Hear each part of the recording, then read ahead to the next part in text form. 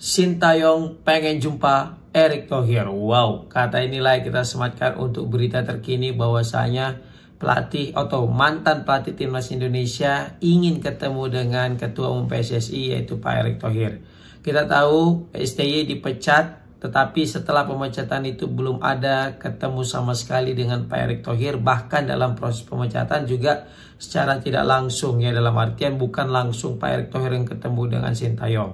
Nah, karena alasan ini kayaknya Sintayong juga pengen langsung ketemu dengan Pak Erick Thohir, ya ingin mungkin ingin berdiskusi sesuatu hal yang mungkin bisa dianggap penting, sehingga tidak bisa melalui via telepon atau mungkin via pesan singkat, sehingga mesti langsung ketemu biar nggak silap gitu ya kan, biar nggak salah paham.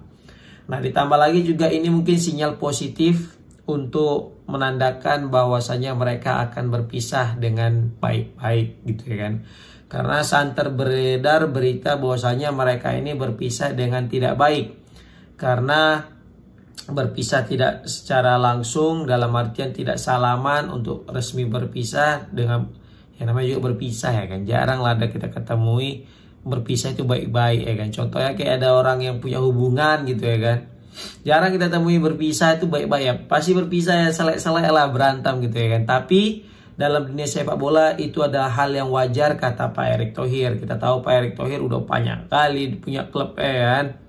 Tambah lagi dia juga udah pernah pencet Mancini. Ya jadi kalau udah mencet Sintayong udah hal yang biasa lah dalam dinamika persepak bolaan, khususnya untuk membuat suatu perbaikan. Ya walaupun dinilai kontroversi sama netizen karena masih banyak yang cinta sama Sintayong, tapi apa ndak dikata karena Pak Erick Thohir pengen masuk Piala Dunia di tahun ini bukan di tahun depan. Jadi ini juga patut kita apresiasi ya sikap daripada Coach Sintayong semenjak dipecat oleh PSSI. Kenapa aku bisa bilang kita harus apresiasi sikap daripada Sintayong? Ingat guys, semenjak dia dipecat oleh PSSI, dia memilih bungkam, dia memilih diam dan tidak koar-koar di media manapun dan tidak membuat klarifikasi di sosial media sekalipun.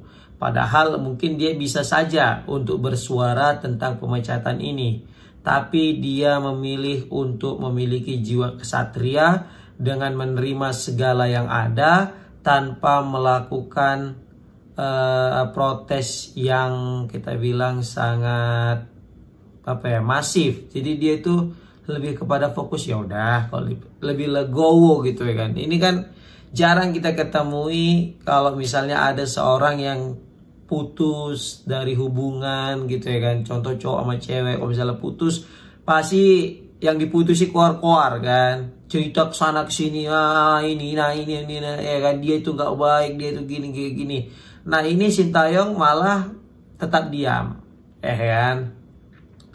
Begitu juga di sini kita lihat juga Pak Erick Thohir juga sering memberikan klarifikasi di berbagai macam media, dan itu juga penting juga menurut aku, karena kalau misalnya Pak Erick Thohir diam aja juga takutnya nanti makin panas bola api yang dibuat tentang Sintayong ini ya kan. Karena kalau misalnya Pak Erick Thohir diam aja nih, waduh pasti netizen bertanya-tanya ini kenapa sih gitu ya kan, gimana sih cerita lebih jelasnya gitu kan. Karena nggak cukup dengan hanya mengandalkan press conference. Jadi perlulah suatu diskusi yang lebih mendalam tentang pemecatan Sintayong. Dan sudah kita ketahui Pak Erick Thohir juga sudah banyak sekali bercerita, sharing ke berbagai macam media. Contohnya kayak ya Liputan 6 di SCTV, baru juga ke Metro TV ya. Banyak sekali lah kita temui Pak Erick Thohir ini diundang untuk memberitakan tentang pemecatan Sintayong. Dan karena bisa kita bilang pemecatan ini diambil secara tiba-tiba, maka banyaklah ya isu yang beredar ya kan.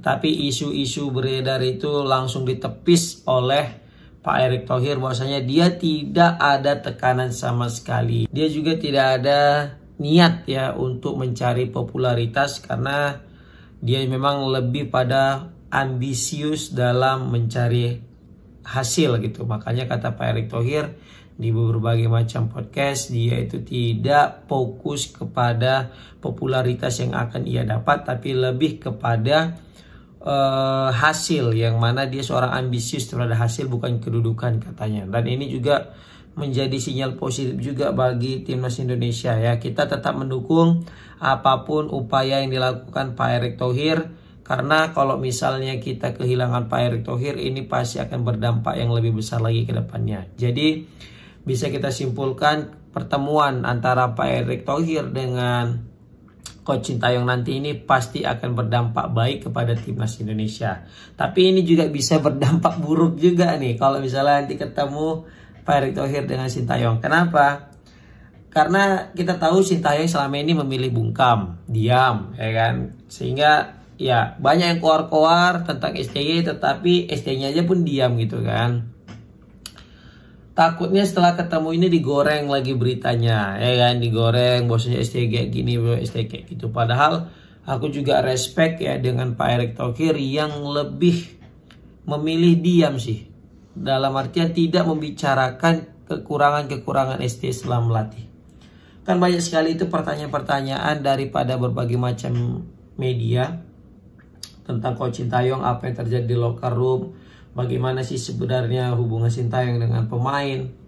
Sebenarnya Pak Erick Thohir bisa aja ya untuk menceritakan segala hal yang ada, segala kekurangan yang ada di tim. Tapi Pak Erick Thohir bukan tipe orang yang gosipan. Jadi dia tidak mau memberitakan hal-hal yang seperti itu, karena juga bisa merusak persiapan timnas. Jadi dia lebih memilih bungkam karena memang itulah etika yang seharusnya dimiliki oleh Ketua Umum PSSI. Dan itu patut kita apresiasi bagaimana Pak Erick Thohir mampu menyimpan rapat itu semua. Memang Pak Erick Thohir banyak sekali podcast-podcast di tempat-tempat mana untuk memberikan klarifikasi kan gitu. Tapi di sini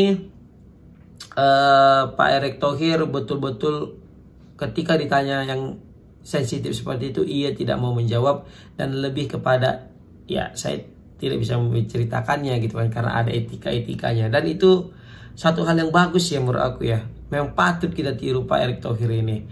Kalau misalnya dalam berhubungan sama siapapun, jika memang nanti sudah tidak lagi bersama, maka tidak bolehlah kita menceritakan kekurangan-kekurangan pasangan kita sebelumnya, ya kan? Karena kita dulu pernah saling menyayangi loh gitu ya. Masanya gara-gara segelintir masalah kita langsung bongkar aib-aib semuanya, jangan gitu ya kan. Dan itulah dia guys tentang pertemuan Sintayong, yang mana Sintayong ingin ngajak ketemu Erick Thohir, yang mana langsung disampaikan Pak Sumarji kepada Pak Erick Thohir, dan Pak Erick Thohir mengiyakan dan pengen ayo kalau misalnya memang ketemu gitu. Ini menarik guys, kira-kira apa yang ingin mereka bahas guys? Apakah ada project lagi? Apakah ST nanti jadi pelatih U23? Oh, itu nggak tahu juga kita ya kan. Bisa jadi juga enggak, bisa juga iya. Oke, komen di kolom komentar gimana pendapat